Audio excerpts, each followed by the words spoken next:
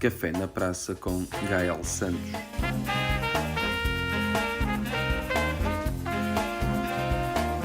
Olá, sejam bem-vindos ao Café na Praça. Hoje comigo tenho o Gael Santos. Ele é arquiteto, está a viver fora do país, assim como eu, só que ele está um bocadinho mais perto de Viena. Está a viver em Paris, em França. E será com ele que vou conversar neste Café na Praça. Gael, obrigado por teres aceitado este convite para o Café na Praça. Foi Obrigado, complicado, mas até acertámos as muito nossas gosto. agendas. Sim, Sendo que o fuso horário, estar se calhar, fora foi do a parte imigrante mais é complicado. complicada. Mas pronto, agora temos as novas tecnologias e ajuda sempre. Claro que sim. Olha, no Café na Praça eu faço a mesma pergunta a todos os meus convidados, que é com essa pergunta que começa, que é um desafio para regressar um bocado à infância, que é, em criança, o que é que gostarias de ser quando fosses grande? Em criança, eu vou ser sincero, eu acho que todas as crianças querem ser ou bombeiro ou médico, e eu, por acaso, desde pequeno queria ser arquiteto, queria construir casas. Mas o arquiteto não constrói, desenha, projeta. Como uma criança, acho que pode construir, não é? Não sei, mas sim, acabou por ser a área na área, não é? Mas quando era criança, assim, acho que eu já me via erguer casas na altura, não é? Uma casa é Legos? uma coisa grande, uma casa. Sim, sim, mas usavas os leguinhos ou não? Fazia tudo, não era? Fazia tudo, ou com uma manta, qualquer coisa à mão. Mas por essa, tinhas influência de alguém próximo, familiar ou amigo que... Então, não, eu sempre tive fascínio por edifício, coisas grandes e se calhar também por o meu pai ser também um pouco fazia tudo, fazia bricolagem e assim, acho que também teve alguma influência. Mas, são as referências que eu tenho ou que me lembro de quando era pequeno. E foste então gradualmente, nunca desististe desse teu sonho e foste sempre estudando nessa perspectiva e conseguiste alcançá-la. Sim, sim, nessa perspectiva, como sabes, eu fui atleta de alta competição durante 20 anos, e acabei por tentar, aliar as 2 coisas, que não é muito fácil, mas um ano com prioridade numa e no outra, que acho que era importante também para um atleta de alta competição não ter só aquilo como foco, para ter a mente fresca. Ou seja, eu quando estava nos treinos, eu estava Deixa-me só fazer um 100%. parênteses, desculpa. Deixa-me só fazer um parênteses, porque Sim, estás a sim, falar, sim. para quem não te conhece, tu praticaste esgrima ao mais alto nível. Sim, eu fiz 20 anos de alta competição, como disse, representei a seleção nacional durante esse tempo todo, fui um dos melhores atletas que passou nesta modalidade, na especialidade de florete. Fui, por exemplo, 11 vezes campeão nacional, várias medalhas internacionais, fui a reserva dos Jogos Olímpicos de 2012, Londres, quando fiquei em terceiro no europeu. E tentei sempre aliar as 2 coisas. Aliás, eu vim para Paris para continuar a jogar quando acabei a faculdade e para trabalhar ao mesmo tempo. E como é que foi o teu processo na esgrima? Começaste na EDV? Exatamente, a EDV tem uma escola muito tem história, não é, na esgrima. Eu comecei, tarde, com 12 anos, 12 e meio, acho que eu até vinha do futebol. Eu vinha de futebol e tinha feito um pequeno parêntese e comecei logo na primeira semana a dar cartas e muita gente começou-me a fomentar a ver o que é que eu estava a fazer, já estava a ganhar atletas que eram campeões nacionais de séniores, na primeira e na segunda semana. Então toda a gente disse para eu aproveitar, que eu tinha potencial se ficasse, e foi aí que começou uma outra história de amor. Como é que surgiu mesmo o esgrima? Porque é uma, é uma modalidade com alguma tradição em Viana, mas não é propriamente daquelas que mais seduzem Não, não. uma Então, criança, um isso, adolescente. o que acontece a nível, das modalidades, muitas vezes, estas modalidades, que seja a esgrima, que seja outra, estão muito fomentadas em pequenas cidades, onde há, apoios da Câmara, há um amor da Câmara ou há amor das pessoas, que seja um treinador, que seja, uma família, que seja, o relevo, não é? Se houver um rio, pode ter canoagem. Pronto, tem muito a ver com isso, muito a ver com a paixão das pessoas. Há muitas modalidades que têm história em cidades mais pequenas, vamos dizer assim, que não as capitais. Uhum. Mas como é que entraste? Como é que começaste a. Sim, sim. Então, eu comecei porque na altura os meus amigos, na altura, começaram a experimentar a esgrima.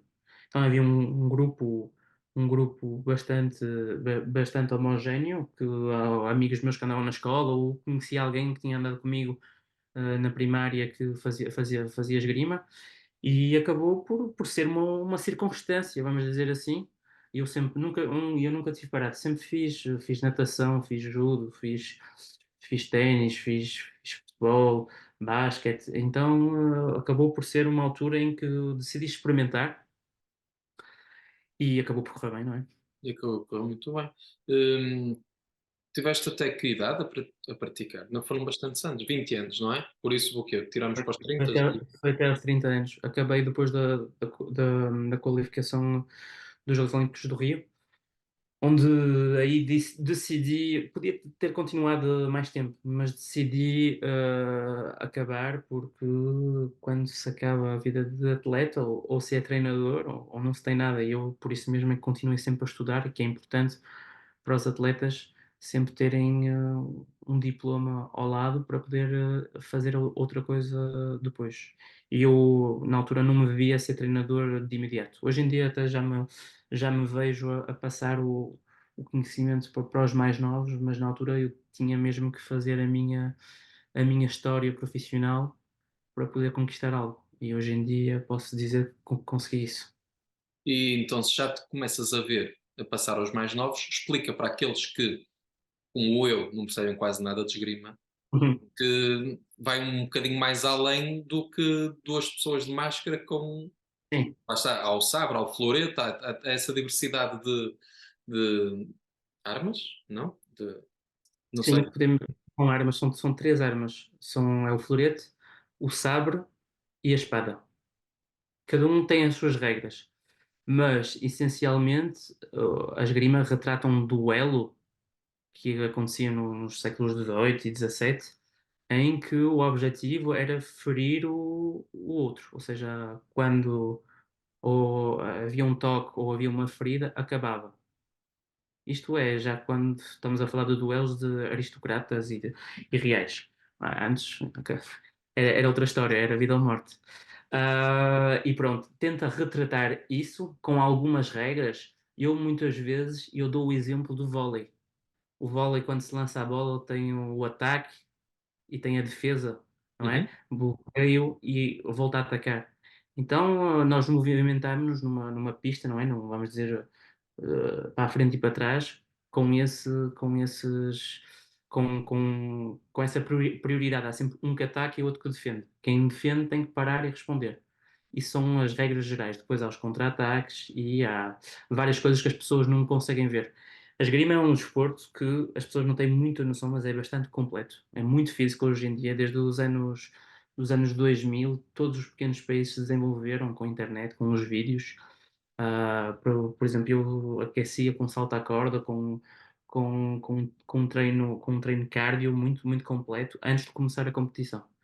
Isto nas taças do mundo são 2 dias, não é? E então, com isso, os países se desenvolveram todos muito. Um, o que é que eu te posso dizer mais? E tu sempre as Um, três armas.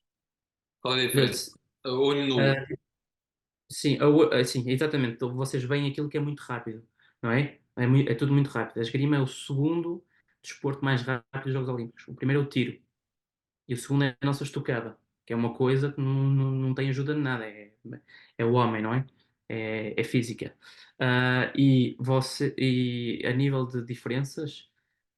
Nós temos duas delas, que é o sabre e o florete, que têm esta prioridade, ou seja, não é só tocar, ou seja, se eu vou atacar, eu tenho prioridade sobre a defesa, e não é por eu estar a defender e tocar que eu vou ganhar o ponto mesmo que toque, ou seja, o ataque tem sempre a prioridade, ok?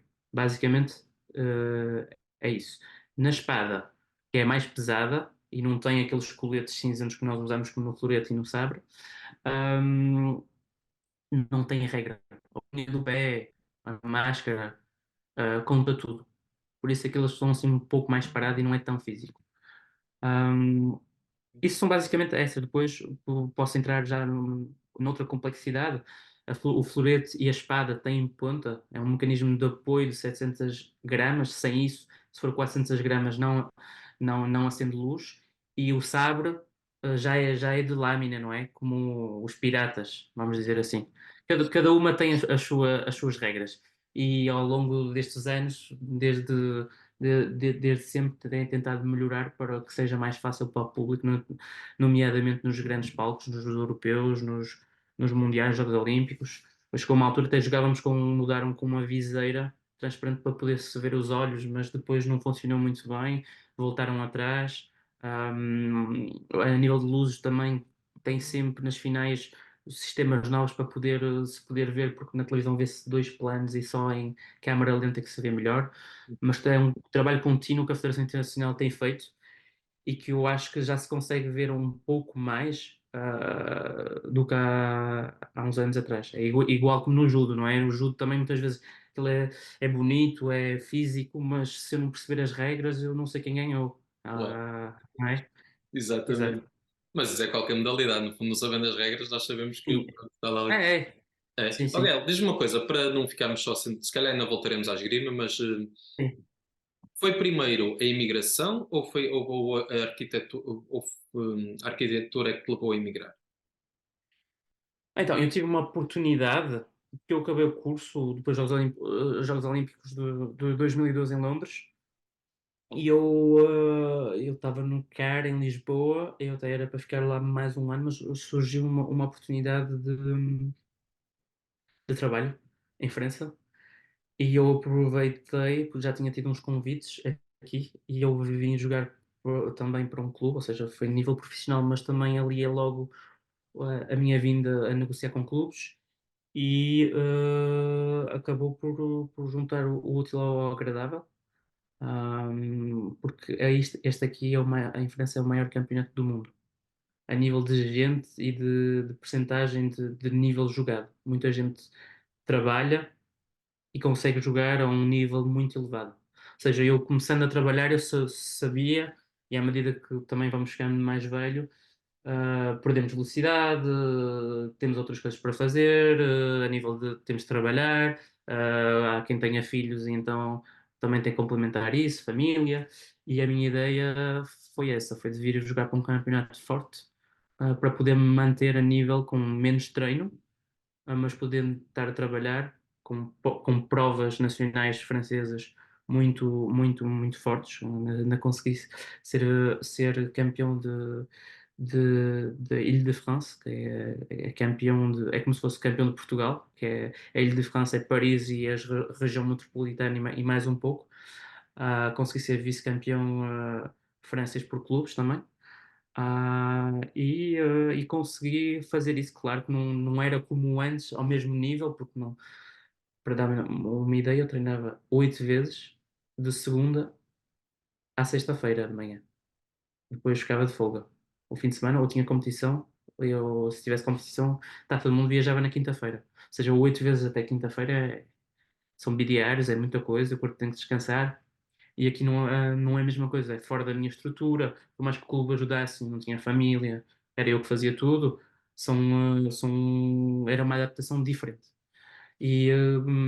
Mas eu já vinha com esse objetivo de poder fazer as duas coisas ao mesmo tempo e consegui. Joguei durante quase 10 anos no mesmo clube, no Paris TA, que é no centro de Paris, que é um dos dois maiores clubes de Paris e que me ajudou imenso e aprendi imenso e consegui fazer muitas coisas no circuito mundial ainda. E complementarmente também foste traçando, percorrendo o teu trajeto na arquitetura aí. Exatamente. Basicamente Muito em Portugal, diferente, é muito diferente o trabalho de um arquiteto em França de um arquiteto em Portugal. assim, arquiteto ele não é muito diferente. Tem muito a ver a nível de leis, que tem que se estudar, e depois a nível de qualidade, é uma escola diferente, não é? Em Portugal temos muito aquela coisa de vou estar 6 meses a fazer projetos, depois só vou começar a fazer especialidades, ou seja, demora, isto tudo vai demorar 3 anos a eu fazer uma casa. Aqui é mais tempo é dinheiro, vamos para a frente.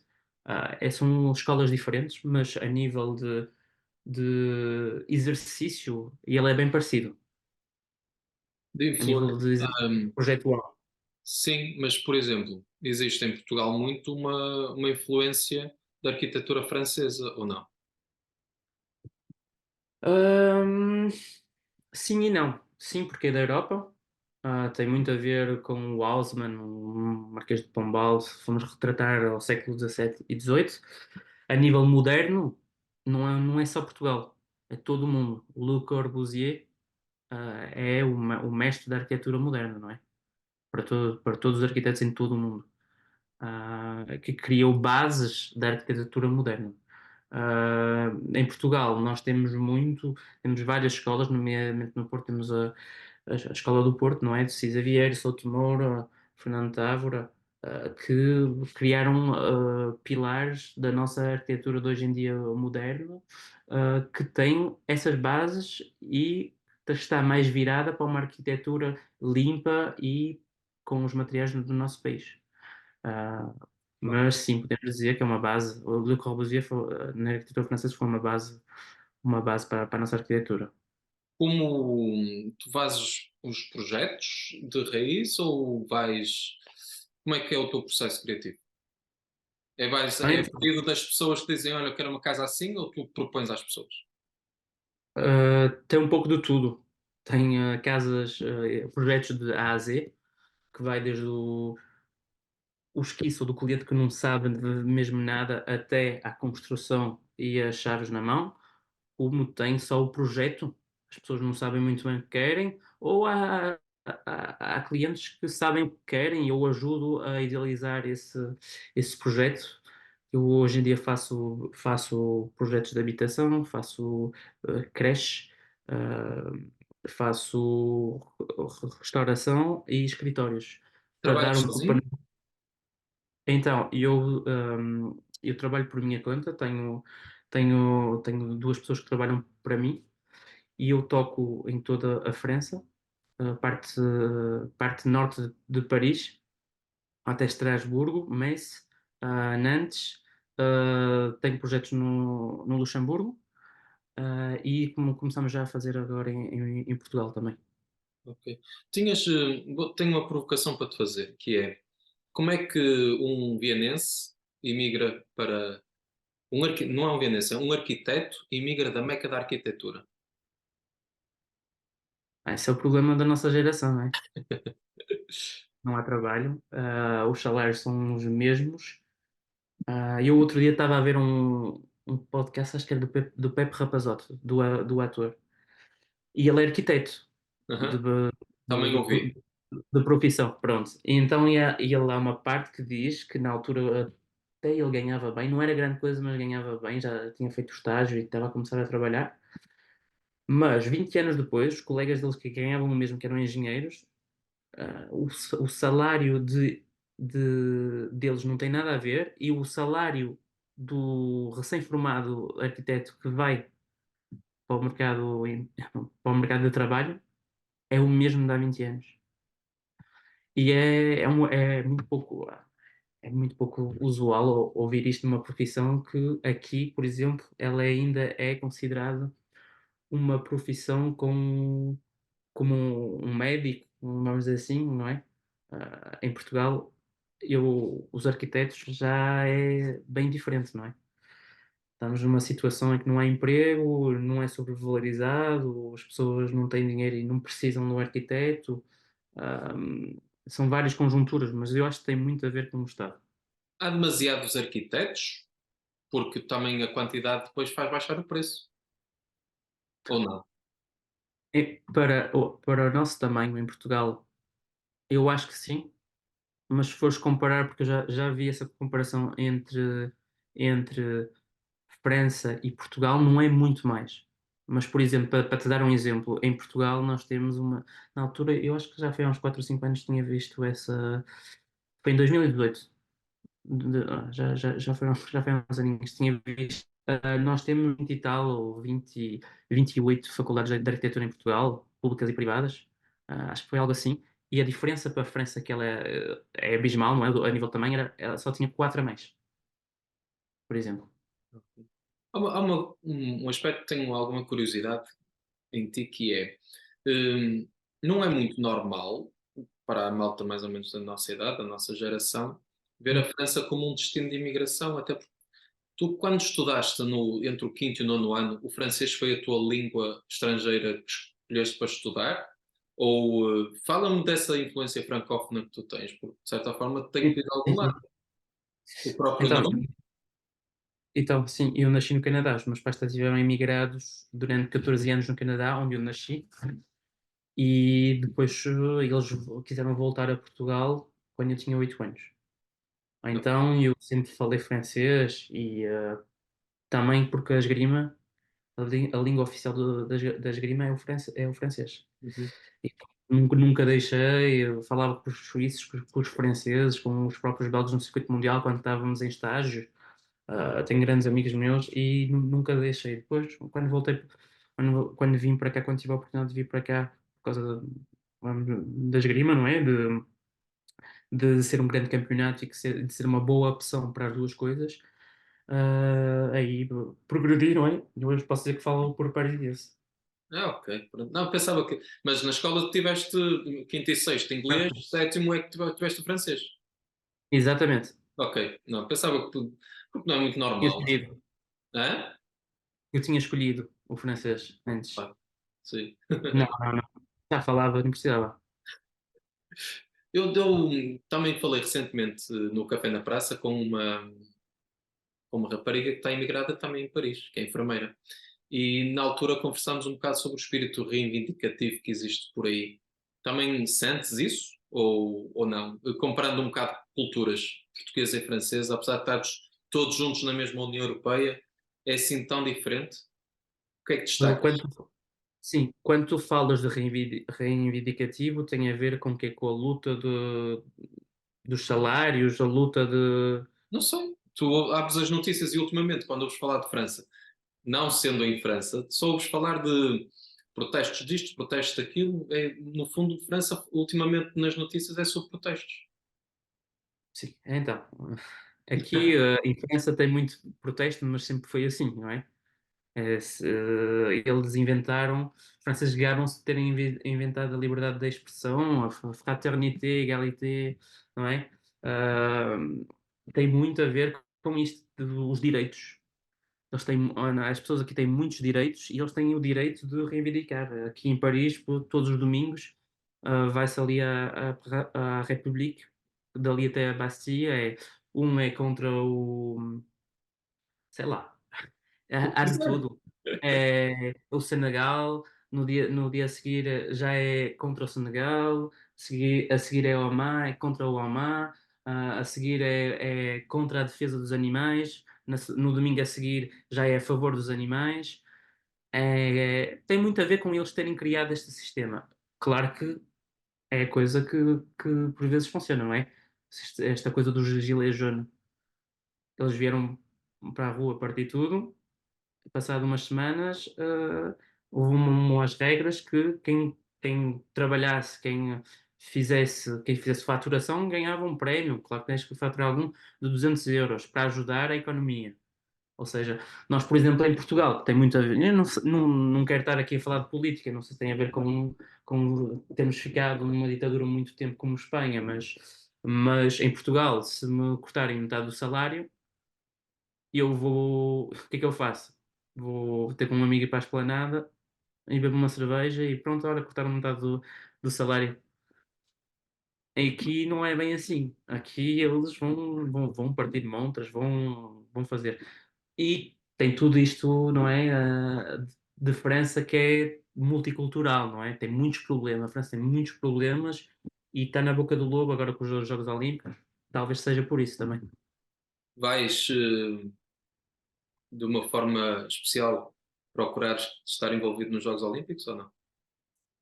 Então, Sim e não, porque eu agora tenho uma filha, vou tentar ir, ainda não consegui muito bem saber a que dias é que vou, mas que vou pensar em ir, claro. Mas Mas vai ser daí porque a nível profissional eu não posso estar, não é, durante uma semana lá a dar força aos meus antigos amigos, porque eu deixei numa idade 30 anos para um esgrimista, depende. Pode ser velho como pode ser jovem, porque os bons atletas eles mantêm-se até 35, 36. E eu, por exemplo, para te dar um exemplo, eu fui ao Brasil e joguei com metade da seleção brasileira há um ano e meio e ganhei aos dois. E depois quiseram vingança, ganhei outra vez, depois quiseram jogar outra vez e eu ganhei outra vez. Claro que no dia seguinte não me mexia, mas para te dar um exemplo, deixei cedo porque a nível profissional tinha que ser, mas tenho sempre esse amor que a esgrima comigo e para qualquer lado que eu vou no mundo, tento sempre estar com os meus amigos ou eles me chamam. No fundo, acabei por ganhar, fazer grandes amigos em todo o mundo, não é? Que sempre que vou a algum lado conheço alguém ou as pessoas vêm ter comigo quando eu estou aqui ou em Portugal. E a esgrima permite-me viajar imenso. Eu lembro uma vez estava num Masters que tinha sido convidado em Cancún e estavam lá todas as celebridades a ver o Master, que o Master são, mesmo assim, são os 8 melhores mundiais. e da parte da esgrima de Viena, no caso da escola desportiva, como é que tens visto o trabalho ultimamente que ela ha desenvolvido? É uma continuidade do que tu lá viveste ou sentes alguma alteração dos últimos anos? Do que podes acompanhar à distância? Que acredito de certa forma continuas a acompanhar. Sim, claro. A nível da esgrima, continua os treinadores com que eu comecei continuam a ser os mesmos, ou seja, a Eugénia Queiroz e o Luciano. E eles continuam a manter, a fomentar, a fazer a tradição desta escola indiana que é reputada. Depois sabemos que a esgrima passou um tempo, como muitas modalidades, um tempo muito negro, vamos dizer assim, em que não havia dinheiro para sair internacionalmente, mas é um trabalho que continua a ser constante. Há sempre fornadas de miúdos a chegarem e que gostam imenso da esgrima. E isso é muito importante, é um trabalho e um mérito deles que continua a dar cartas. Ah, Depois sabemos, não é? Os talentos não vamos fazer 10 Cristianos Ronaldos.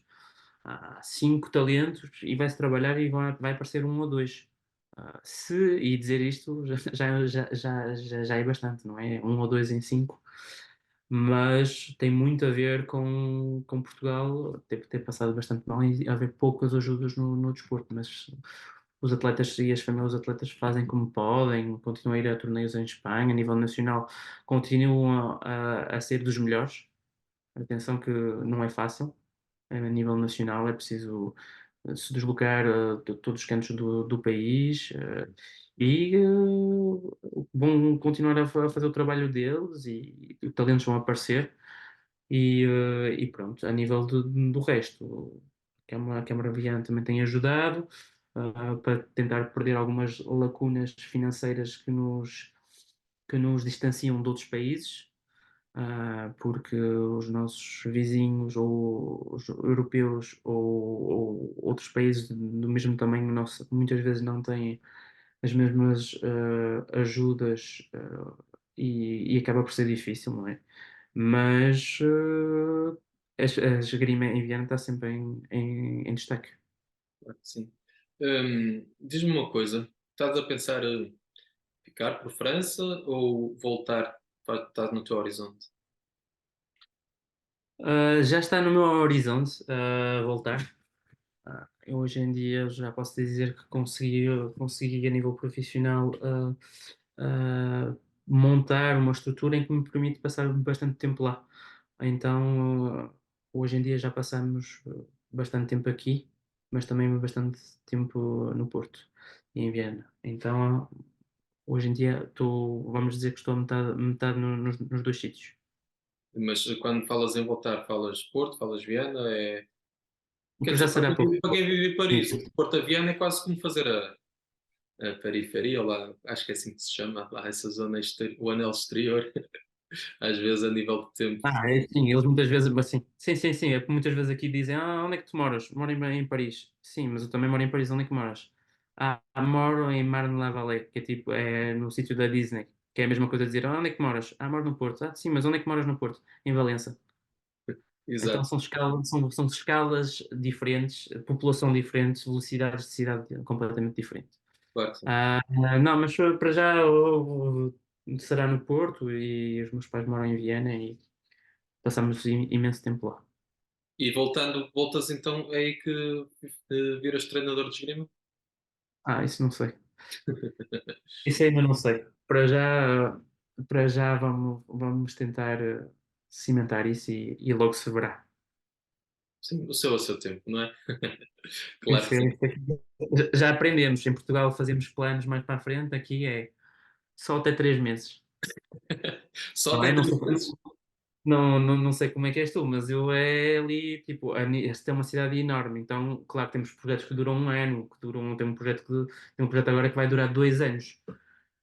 Mas os planos, assim, Não terias de curiosidade, viagem, a nível de profissional, em que países terias curiosidade de trabalhar, de fazer de um projeto? projetos, Eu digo-te eu tenho porquê. algo, Eu sim, acho, eu se fosse arquiteto, eu adoraria ter um projeto cá, no Dubai. sim, Ter sim, uma. sim. O Dubai, por coisas de serem megalómanas, me fascina-me um pouco, não é? Também tem a questão das condições, das condições, não é? Do clima, como iria resolver isso, porque eu sei, por exemplo, que acho que em julho e em agosto não se pode ir às praias. Não São, é? são coisas que É são. saíres de casa, é saíres do ar-condicionado, Exatamente. super complicado. É muita umidade, Então, é muita. É complicado. são desafios interessantes, percebes? Outro país eram os nórdicos. Por mais que há muita neve, é um país que eu tenho interesse Aliás, eu viajava muito, até fui medalha de prata em Copenhaga, viajava muito para lá, mas a nível profissional eu nunca fiz nenhum projeto lá. Sei lá, nos Estados Unidos também tinha alguma, algum interesse, mas depois a nível de sistema de construção já não me encanta tanto, mas se teria a oportunidade, eu gostaria de fazer, sim. Ok. E a nível de. Estavas agora a falar dos países, eu lembro-me de uma coisa que é. És pelo tipo de projetos tradicional ou vais usando mais algum novo tipo de arquitetura nos teus trabalhos? Então, eu acho que isto é o meu entender. Um arquiteto não pode se deixar ultrapassar.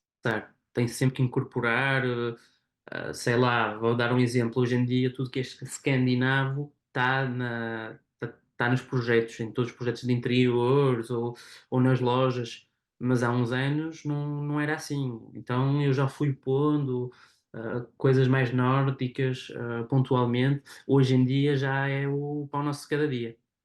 Ou seja, temos sempre que estar a- a atualizar-se. Hoje em dia há a inteligência artificial, nós não sabemos como é que vai ser daqui para a frente, Ué, mas para resumir, vou sempre pondo alguns elementos. Sou um arquiteto que usou muito o design, gosto de fazer as coisas com artesãos e tento fazer tudo sobre medida, tanto ao gosto dos clientes como que seja uma coisa mais moderna, mais atual, para que possa durar durante algum tempo e não ter aquela casa de banho que a nossa avó tem há 30 anos e que ainda é mesmo.